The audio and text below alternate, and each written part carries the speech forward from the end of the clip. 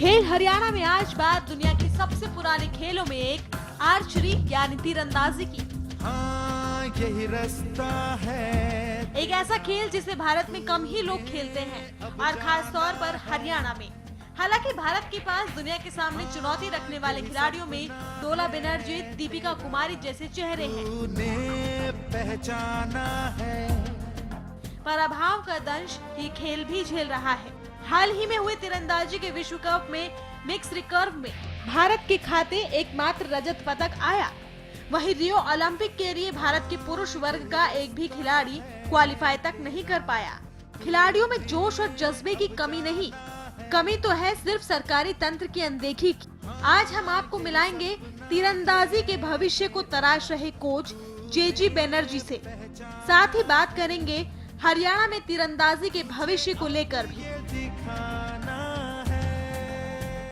नमस्कार, खेल हरियाणा देख रहे हैं आप और आपके साथ मैं हूं प्रतिमा दत्ता। खेल हरियाणा के आज के इस एपिसोड में आपकी मुलाकात हरियाणा गवर्नमेंट के सीनियर आर्चरी कोच जेजी बनर्जी से। अपने लक्ष्य पर निशाना साधते आर्चरी की ये खिलाड़ी विश्व कप और ओलंपिक में हरियाणा की ही नहीं बल्कि पूरे देश की उम्मीद है और सटीक निशाना साधने का हुनर सिखा रहे हरियाणा के एकमात्र तीरंदाजी के कोच जेजी बनर्जी वैसे तो झारखंड से हैं, पर हरियाणा में खिलाड़ियों को तराश रहे हैं। इस खेल को कैसे खेला जाता है, क्या क्या तकनीकी पहलू हैं, इसके बारे में यहाँ के खिलाड़ियों और कोच ने बताया। बनर्जी जी, एक समय था जब अर्जुन ने मछली की आंख पे निशाना लगाकर सबको चौंका दिया था। फिर समय बदला तो तीरंदाजी को हंटिंग के लिए यूज़ किया जाने लगा ज़्यादा, और अब समय ये है। बच्चों को क्या कुछ उम्मीदें हैं अब इस गेम में जब आते हैं तो उन्हें क्या क्या सपने लेकर आते हैं?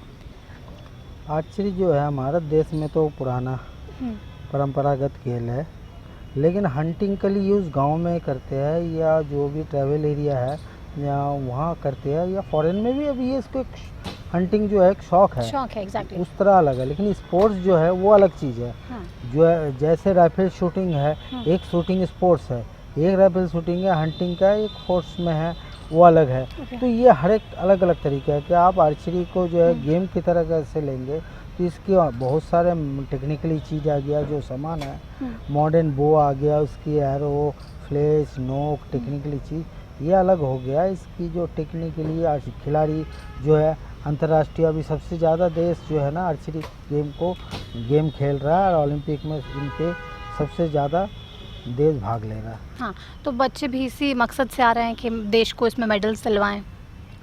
बच्चे आ रहे इसलिए नहीं कि आप ज़्यादातर पेरेंट्स और बच्चे जो है ना इंडिविजुअल गेम के लिए जा रहे हैं। और ये एक इंडिविजुअल ऐसे गेम है कि जिसमें कि खेल के साथ साथ बच्चों का कंसंट्रेशन भी बढ़ता है। तो कई ऐसे गेम है जो इंडिविजुअल, टीम गेम में क्या है कि हमें कई बार टीम की वजह से हार को सामना करना पड़ता है। अब बच्चे क्या है कि इंडिविजुअल जितना मेहनत करेंगे उसके रिजल्ट उसके सामने वो दिखाई देगा। तो हर माँ बाप चाहते हैं कि मेरे बच्चे अपने जो भी मेहनत करे वो हमें दिखाई दे।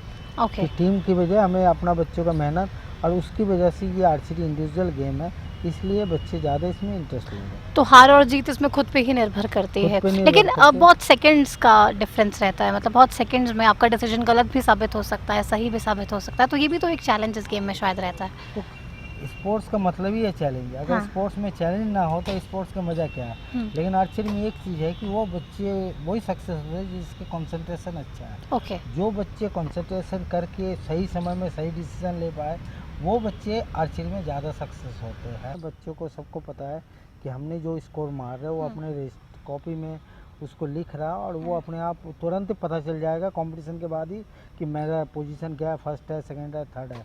इसमें कोई जजेस, कोई एसोसिएशन या किसी का भी उसमें कोई इन्वॉल्वमेंट नहीं है, या कोई इंटरफेरेंस नहीं कर सकता, या किसी बच्चों को चाह के भी अंदर या बाहर नहीं कर सकता। नहीं, अब मेडल्स तो जीत लिए। मेडल्स जीतने के बाद आगे क्या? जैसे बच्चों को रहता है कि ठीक है हमें नौकरी मिल जाए, क्योंकि गवर्नमेंट की पॉलिसी है पदक लाओ पद पाओ। तो क्या उसके हिसाब से अगर बात करें तो यहाँ के प्लेयर्स को कुछ फ़ायदा मिलता है या नहीं अब तक? नहीं, हरियाणा के जो भी खेल नीति जो है तो वो हर गेम के लिए एक तरह का है। और आर्चरी जो ओलंपिक गेम में जितने गेम हैं उनको सरकार ने एक तरह का व्यवस्था किया है। जो भी पदक लाओ पदक पाओ। उसमें आर्चरी गेम और सारे गेम एक जैसा ही है। आर्चरी में अगर कोई बच्चे ओलंपिक में गोल्ड मेडल लाता उसको भी 5 करोड़ मिलेगा, अगर दूसरे गेम में लाता उसको भी उतना ही मिलेगा।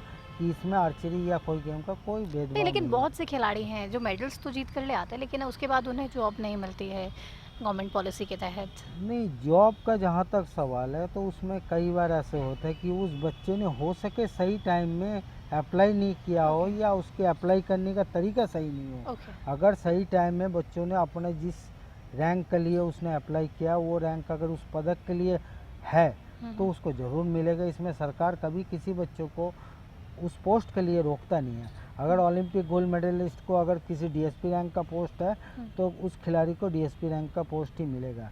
अगर वो दूसरा टूर्नामेंट में वो फर्स्ट आया और वो कहेगा कि मैं ओलंपिक जैसा पद पाऊँ तो उसमें सरकार की थोड़ा दिक्कतें आती है। लेकिन आपने 35 साल दे दिए इस गेम को, पहले खुद इतना खेले, फिर बच्चों को खिला रहे हैं, उनको सिखा रहे हैं, बहुत से अच्छे प्लेयर्स भी आपने दिए हैं हरियाणा को। अब आगे आप क्या करना चाहते हैं?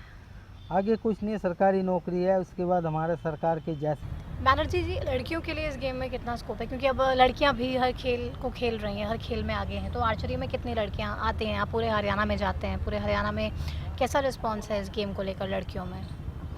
आर्चरी जहाँ तक सवाल है, हरियाणा के आर्चरी या इंडियन आर्चरी में लड़कियों का बहुत ज़्यादा योगदान है। आपको शायद पता होगा पहले दोला बनर्जी वर्ल्ड चैम्पियन रहा, फिर दीपिका कुमारी वर्ल्ड कप। तो आर्चरी में ऐसा नहीं है कि लड़कों ने ज़्यादा सक्सेस है, लड़कियों ने भी उतना ही सक्सेस है जितना लड़कों ने।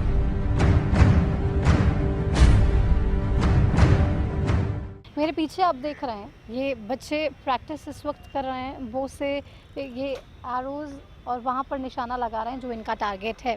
लेकिन इसकी भी बहुत ज़्यादा टेक्निक्स होती हैं जिनके बारे में हमें बताएंगे जेजी बैनर्जी, जो कि सीनियर कोच हैं हरियाणा गवर्नमेंट में। बैनर्जी जी, ये यहाँ पे प्रैक्टिस कर रहे हैं, लेकिन इन बोज की भी डिफरेंट कैटेगरीज होती हैं। इनके भी अलग अलग है। जो आपका सामने जो बो दिखाई दे रहा है ये इंडियन बो है। जो बेसिकली जो है नया बच्चे जो है जो बेस सीखने के लिए उनको इंडियन बो से हमें सिखाना पड़ता है। ये जो है देश का है, बांस का धनुष है, बांस का तीर है और लकड़ी का हैंडल है। ये जो देश में बनता है उसकी ये सामान है जो कि बेसिक। ये इंडियन बो है, इसमें सब कुछ इंडियन है। ये बांस से आपने बताया सब कुछ बन रहा है इसके अंदर, तो इसमें क्या कैसे ये हिट करते हैं? इसका फंक्शनिंग कुछ डिफरेंट है बैनर्जी? नहीं, इसके फंक्शन जो है वो रिकर्व जैसा ही है, लेकिन ये जो है ये दूरी कम करता है, इसमें फोर्स कम होता है। बाकी जो रिकर्व है वो जो है उसमें दूरियाँ ज़्यादा है, उसका पावर ज़्यादा होता है, इसमें पावर कम होता है। ये जो है बेसिक जो बच्चों को सिखाने के लिए ये फर्स्ट स्टेज के वो है। अच्छा, ये बेसिक जब आप सिखाते हैं स्टार्टिंग में तो इसी से आप सिखाते हैं, इंडियन बो से आप सिखाते हैं, तो इसकी एरो में भी कुछ डिफरेंस होता है? हाँ, ये एरो जो है ये बांस का है जो देश में हमें अवेलेबल होता है। जो गांव के बच्चे सस्ते सूझते और शुरुआत ये बो से शुरू कर सकता है जिसकी कीमत कम है और बच्चे आर्चरी शुरू करने के लिए इसका यूज़ कर सकते हैं। अच्छा, तो इसकी कीमत काफ़ी कम होती है क्योंकि भारत में ही ये बनता है और इसकी फोर्स भी कम होती है, डिस्टेंस भी ये कम कवर करता है। ठीक है, लेकिन लर्नर्स के लिए ये बेस्ट है, बिगिनर्स के लिए। यहाँ पे और भी डिफरेंट टाइप्स के बो हैं, उनके बारे में भी बात करते हैं। बैनर्जी जी, ये इस बो का नाम क्या है? ये रिकर्व बो है जो कि हमारा इंटरनेशनल टूर्नामेंट जो है, ओलंपिक है, वर्ल्ड कप है और बाकी जो भी इंटरनेशनल बड़े टूर्नामेंट है उसमें इस धनुष का यूज़ किया जाता है। अच्छा, उस इंटरनेशनल टूर्नामेंट्स में आप इस रिकर्व का यूज़ करते हैं, ये कैसे फंक्शन करता है? इसका फंक्शन ऐसा है कि ये जो सामान है ये बाहर से मंगाना पड़ता है। ये अमेरिका, कोरिया, जापान वहाँ अवेलेबल होता है। इसकी जो सामान है, इसकी जो एरो है ये कार्बन एरो है, ये लीम कार्बन फाइबर है। हैंडल जो है मेटेलिक है, इसके साइटर अलग है। इसमें कई सिस्टम ऐसा है जो कि आर्चर्स को सेट करना पड़ता है। प्लंजर है, क्लिकर है, ये सारे मॉडर्नाइज किया हुआ है। जिसका डिस्टेंस भी जो है ना बाकी जो है 70 मीटर में या ओलंपिक में जो है इंटरनेशनल में 70 मीटर डिस्टेंस कवर करता है। तो इसका फोर्स भी कंपैरेटिवली बहुत ज़्यादा है और ये इंटरनेशनल यूज़ करने के लिए वो सबसे बेस्ट है। ये वो बेस्ट है इंटरनेशनल टूर्नामेंट के लिए। और इंटरनेशनल टूर्नामेंट जब भी होता है ये धनुषार इस तीर से यूज़ किया जा सकता है। ऑपरेट करने में भी कुछ डिफरेंस होता है इंडियन बो से? हाँ, टेक्निक सेम होता है लेकिन आर्चर्स के अंदर जो है पावर और वो कंसंट्रेशन और जो टेक्निकली चीज़ है वो इसमें ज़्यादा लगता है जब बच्चे छोड़ते हैं। इसमें बो हैंड में भी पावर होना पड़ेगा क्योंकि इसमें झटका ज़्यादा लगता है, जिसको कंट्रोल करने के लिए आर्चर्स को मसल पावर बढ़ाना पड़ता है। तो वो चीज़ जो है इसमें आर्चर्स जो एडवांस आर्चर है वो फिर ये रिकर बो से शूटिंग करना और ये शुरू एरो में भी कुछ डिफरेंस है? हाँ, ये एरो जो है ये एरो है जैसे प्लेन बना रहता है पैराबोलिक, ये उस टाइप का बना हुआ है। इसकी जो एरो है ये टोटली कार्बन एलो कार्बन है, इसके अंदर एल्युमिनियम का पाइप है, ऊपर कार्बन का है। ये जो है पतला है लेकिन इसकी जो फोर्स है और स्ट्रेंथ है वो बाकियों से ज़्यादा है, इसीलिए कार्बन का ये बनाया गया है। ओके, तो ये कंपैरेटिवली बेस्ट है बाकी उनमें से, ठीक है। और उसको क्या बोलते हैं? कंपाउंड। ये कंपाउंड वो है जो कि ये रिकर से भी ज़्यादा हेवी होता है, इसका पावर उससे भी ज़्यादा होता है। और ये जो है world cup, world archery tournament तक का, इसका सारे इंटरनेशनल में वर्ल्ड आर्चरी तक ये कंपटीशन में यूज़ किया जाता है। ये वर्ल्ड आर्चरी में यूज़ करते हैं। तो क्या ये सबसे एडवांस्ड होता है? नहीं, एडवांस तो दोनों ही है, रिकर्व है, कंपाउंड है, दोनों ही एडवांस है। इसकी अलग टूर्नामेंट होती है, उसकी अलग टूर्नामेंट होता है। इसके बच्चे जो है ये अलग होते हैं, जो कंपाउंड चलाते हैं वो रिकर्व नहीं चलाते, जो रिकर्व का शूटिंग करते हैं वो कंपाउंड नहीं करते। तो ये सारे खिलाड़ी जो है ना अलग अलग बो के लिए अलग अलग प्रैक्टिस करते हैं और उनके डिस्टेंस भी अलग अलग होते हैं। तो ये सिलेक्ट कौन करता है, मतलब कि कौन सा बच्चा कौन से बो से प्रैक्टिस करेगा? ये इनकी खुद की चॉइस होती है या इनकी कैपेबिलिटीज़ के आधार पर? ये तो बच्चे का कुछ के चॉइस भी होता है और कुछ कैपेबिलिटीज़ भी है। जो कंपाउंड शूटिंग करते हैं वो कंपाउंड से उनको प्रैक्टिस कराया जाता है, जो रिकर्व में आते हैं वो रिकर्व से करते हैं। और जो इंडियन वाले वो है, इंडियन से करने के बाद वो बच्चे जो है वो रिकर्व में भी आ सकते हैं, कंपाउंड में भी आ सकते हैं। इसका क्या टेक्निक रहता है हिट करने के लिए? ये जो है ये प्लांजर यूज़ जो हम शूटिंग करते हैं रिकर में वो फिंगर से रिलीज़ होता है। ये जो है ना रिलीज़र से रिलीज़ होता है। इसकी जो है इसमें लेंस लगा हुआ है, एक सामने देखिए। ये बो जो है ये ज़्यादा पावरफुल है। इसके लिम की जो साइज है ये भी छोटा है।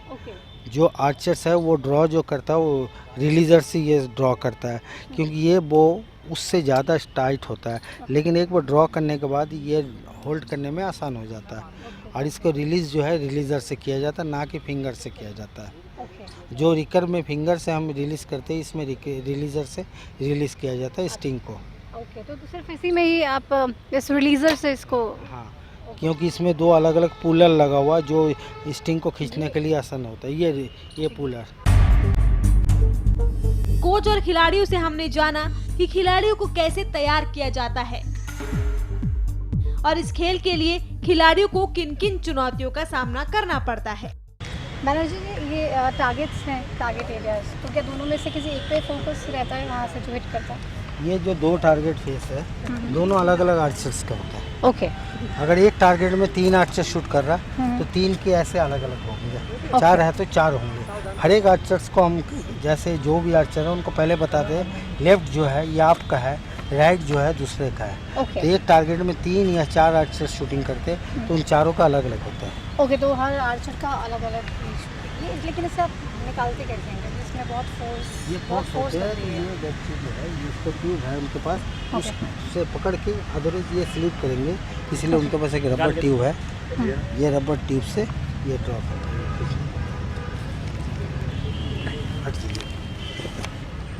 ओके ओके, तो ये अदरवाइज नहीं निकलेगा, बाय हैंड से नहीं निकलेगा? क्योंकि इसको बो का फोर्स इतना है जो निकालना दिक्कत है। इसमें अच्छा पावर लगता है। हाँ, क्योंकि ये भी टाइट है ना, नया है। अगर ये पुराना होगा तो ये निकल जाएगा।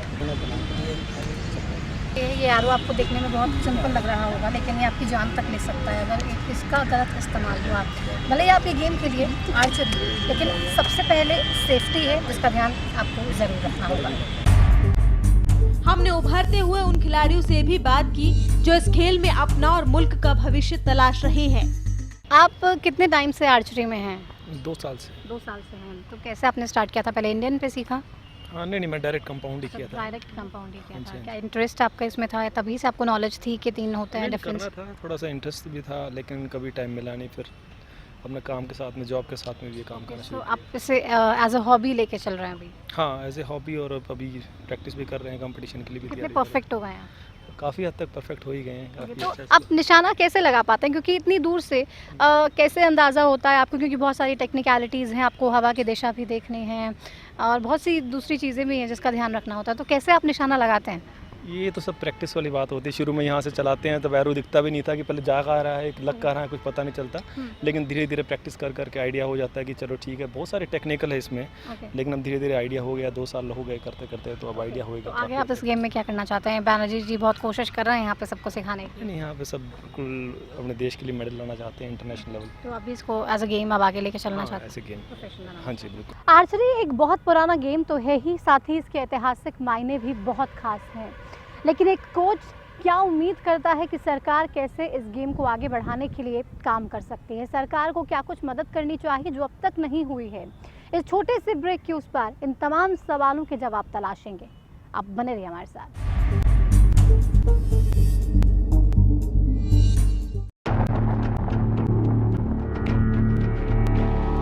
खेल हरियाणा में आज हम बात कर रहे हैं आर्चरी की। इस खेल के तकनीकी पहलू को जानने के बाद हमने जाना कि हरियाणा में खिलाड़ियों को किस तरह की दिक्कतों का सामना करना पड़ता है और सरकारी व्यवस्था के शिकार खिलाड़ी हो रहे हैं। इतने सालों से आप ये ट्रेनिंग दे रहे हैं, पहले खुद भी बहुत खेले, कैसा रिस्पांस हरियाणा में आर्चरी को मिलता है? शुरू में जब हम हरियाणा में आए थे एज ए आर्चरी कोच, तब तो हरियाणा में आर्चरी इतना जानकार नहीं था किसी को।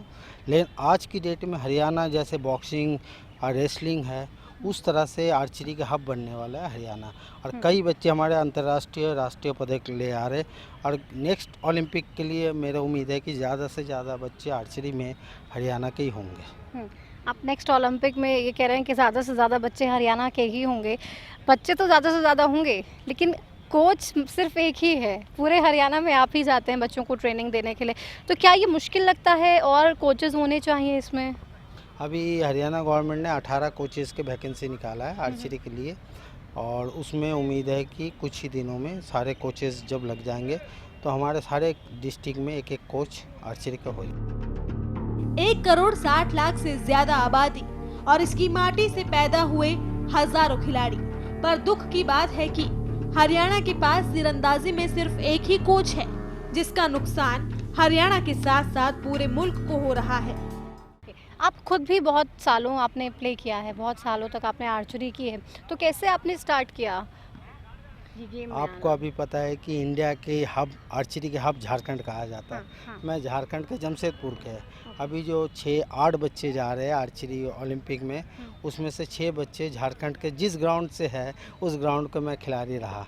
तो इसीलिए वहाँ तो आर्चरी ऐसे लगता है कि जैसे बंगाल में फुटबॉल है, उसीलिए झारखंड में जमशेदपुर में आर्चरी जो है वो रोम रोम में बसा हुआ है। तो वहाँ पे रोम रोम में आर्चरी है और आप अब हरियाणा में भी तमाम बच्चों को कोचिंग्स दे रहे हैं ताकि उनकी रोम रोम में भी आर्चरी हो।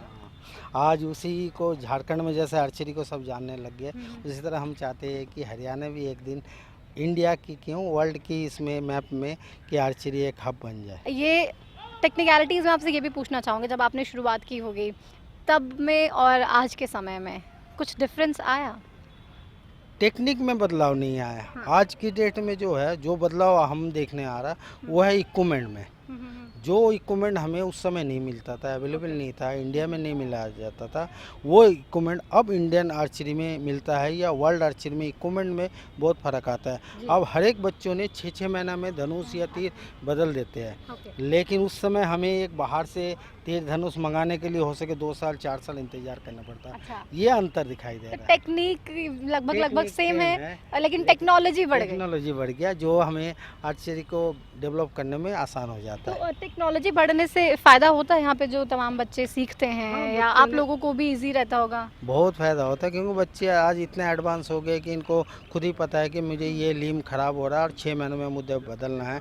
एरो ख़राब हो रहा है, वो मैंने 6 महीना में बदल देना है। तो ये जो चीज़ है उससे इसको स्कोर बढ़ने में आसान हो जाता है। तो आप पूरे हरियाणा में जाते हैं, पूरे हरियाणा में जाकर बच्चों को इसकी ट्रेनिंग्स देते हैं, कोचिंग्स देते हैं, कितना ये मुश्किल रहता है या कितनी अपॉर्चुनिटीज़ आपको लगती हैं जब जाते हैं हर जगह पर, हर ज़िले में? तो कितनी एक्साइटमेंट बच्चों में भी है इस गेम को लेकर? क्या बड़े ही सीख रहे हैं या बच्चे भी सीख रहे हैं, लड़कियां भी सीख रही हैं?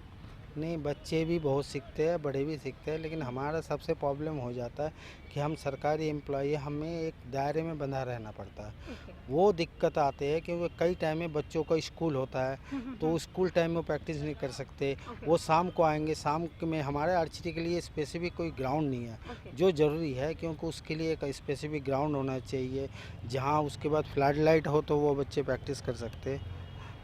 और उसको छोड़ के इनको दिन में प्रैक्टिस करने के लिए भी बच्चों को एक शेड होना चाहिए, वो अवेलेबल नहीं है। हम चाहते हैं कि हरियाणा में आर्चरी के लिए हर ग्राउंड स्पेसिफिक ग्राउंड हो जाए और उनका शेड बन जाए ताकि जहाँ से शूटिंग करे। वो सेफ्टी सबसे बड़ा चीज़ है क्योंकि बच्चे प्रैक्टिस करने तो आ जाए लेकिन सेफ्टी नहीं होगा तो उसमें डर लगता तो है। क्या कहीं पर भी इसको लेकर सेफ्टी मेजर्स ध्यान में नहीं रखे जाते? क्या पूरे हरियाणा में एक भी जगह पे ऐसे नहीं है जहाँ पे प्रॉपर ग्राउंड है या फुली इक्विप्ड है, जो चीज़ें आपको चाहिए वहाँ पर उपलब्ध हों? नहीं, ग्राउंड तो खाली एक जगह है, रोहतक है, लेकिन उसके साथ साथ बाकी जो डिस्ट्रिक्ट है वहाँ अवेलेबल नहीं है। मैं चाहता हूँ कि हर डिस्ट्रिक्ट में एक आर्चरी की स्पेसिफिक ग्राउंड हो, तो वहाँ एक ही जगह बच्चे आके प्रैक्टिस कर सकें क्योंकि आर्चरी ऐसे एक गेम है इसमें इंजरीज और चोट लगने के या किसी के एक्सीडेंट होने के चांसेस होता है। तो इसको भी ध्यान में रख के कई बार हमें बच्चों को मना करना पड़ता है कि तुम प्रैक्टिस मत करो, जिसके कारण भी बच्चे उस ग्राउंड की वजह से भी प्रैक्टिस से रह जाते हैं। हर डिस्ट्रिक्ट में आर्चरी करते तो है लेकिन वो प्रॉपर ग्राउंड नहीं होने की वजह से बच्चों को शूटिंग करने में दिक्कत आती है। हाँ, तो प्रॉपर ग्राउंड होने चाहिए, ये आप कह रहे हैं गवर्नमेंट से, ये आपकी मांग है। तो क्या कभी इस बारे में बात हुई, ये प्रपोजल्स रखे आपने गवर्नमेंट के सामने पिछली, क्योंकि आप बहुत सालों से हैं यहाँ पर, तो पिछली गवर्नमेंट में कुछ ध्यान दिया हो या अभी की गवर्नमेंट से कुछ बात आपकी? पिछले गवर्नमेंट की जो बात है, बात तो हर गवर्नमेंट में ग्राउंड हर गेम के प्रति होता है कि भाई हर गेम में ये चाहिए, इंफ्रास्ट्रक्चर चाहिए, खेल के सामान चाहिए, ग्राउंड चाहिए। यह सरकारी तंत्र में कई खामियां नजर आती हैं। खिलाड़ियों के पास ना तो बारिश या गर्मी के दिनों में प्रैक्टिस के लिए कोई शील्ड है और ना ही खेल का मैदान। खिलाड़ियों की सेफ्टी के लिए भी कोई खास इंतजामात नहीं है जिसमें वो तैयारी कर सके। सरकारी लचर व्यवस्था के कारण ये खेल हरियाणा में संभावनाएं होने के बावजूद पनप नहीं पा रहा। यहाँ पूरे राज्य में सिर्फ आर्चरी का एकमात्र कोच है। गुंजाइश यहाँ व्यवस्था को सुधारने की है। विश्व स्तर पर सोने का तमगा भारत से दूर नहीं, जरूरत है तो बस इच्छा शक्ति की। तो खेल हरियाणा के आज के इस एपिसोड में आपकी मुलाकात हमने हरियाणा गवर्नमेंट के senior archery coach TG Banerjee से करवाए, जिन्होंने हमारे साथ अपने तमाम एक्सपीरियंसेस को साझा किया और हमें ये बताया कि जो लोग ये समझते हैं कि बहुत इजी गेम है, इस गेम में कितने ज़्यादा चैलेंजेस हैं, क्या कुछ इसकी टेक्निकलिटीज़ हैं। और इसी के साथ इस एपिसोड में इतना ही। अगले हफ्ते एक बार फिर से हाजिर होंगे किसी और नए खिलाड़ी के साथ। तब तक के लिए मुझे दीजिए इजाज़त। नमस्कार।